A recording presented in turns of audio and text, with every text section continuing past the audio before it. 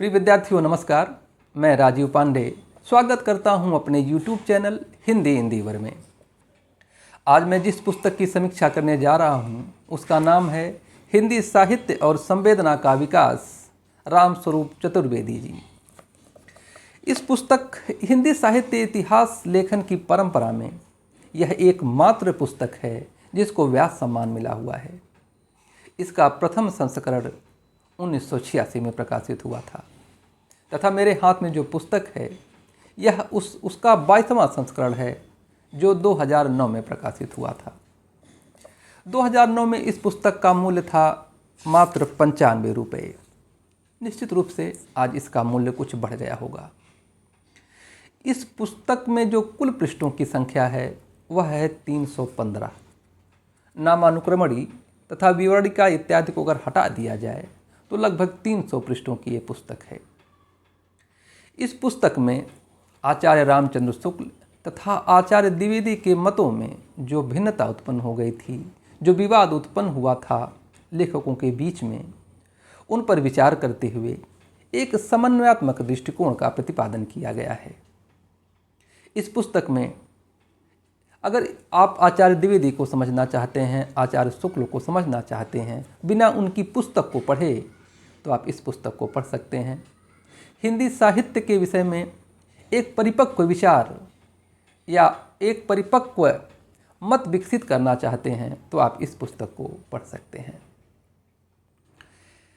Civil सेवा की तैयारी करने वाले विद्यार्थियों के लिए यह पुस्तक विशेष उपयोगी है, क्योंकि संक्षिप्त में बहुत साहित्य इतिहास की सारी बातों को कह दिया गया है। बहुत अच्छे शब्दों में बहुत अच्छी शैली है इस पुस्तक की, पढ़ने में बहुत अच्छा लगता है और समझने में भी बहुत आसानी है। इसलिए इस पुस्तक को हिंदी साहित्य के प्रत्येक विद्यार्थी को पढ़ना चाहिए, चाहे वह सिविल सेवा की तैयारी कर रहा हो, चाहे वह शिक्षा सेवा की तैयारी कर रहा हो। हाँ, शिक्षा सेवा की तैयारी करने वाले विद्यार्थियों के लिए फैक्ट्स या तथ्यों की ज़रूरत ज़्यादा होती है। इसमें बहुत सारे तथ्य तो नहीं हैं, तथ्यों के लिए पुस्तक उतनी उपयोगी नहीं है, लेकिन दृष्टिकोण विकसित करने के लिए यह बहुत महत्वपूर्ण है। कोई भी ऐसी पुस्तक नहीं है जिसको पढ़ के आप किसी भी परीक्षा को पास कर सकें। केवल एक पुस्तक में सारे तथ्य नहीं मिल पाते हैं, आपको एक से ज़्यादा पुस्तक पढ़नी ही होती है।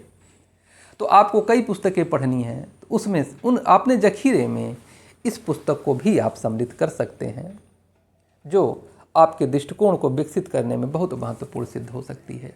इसे पढ़ना चाहिए।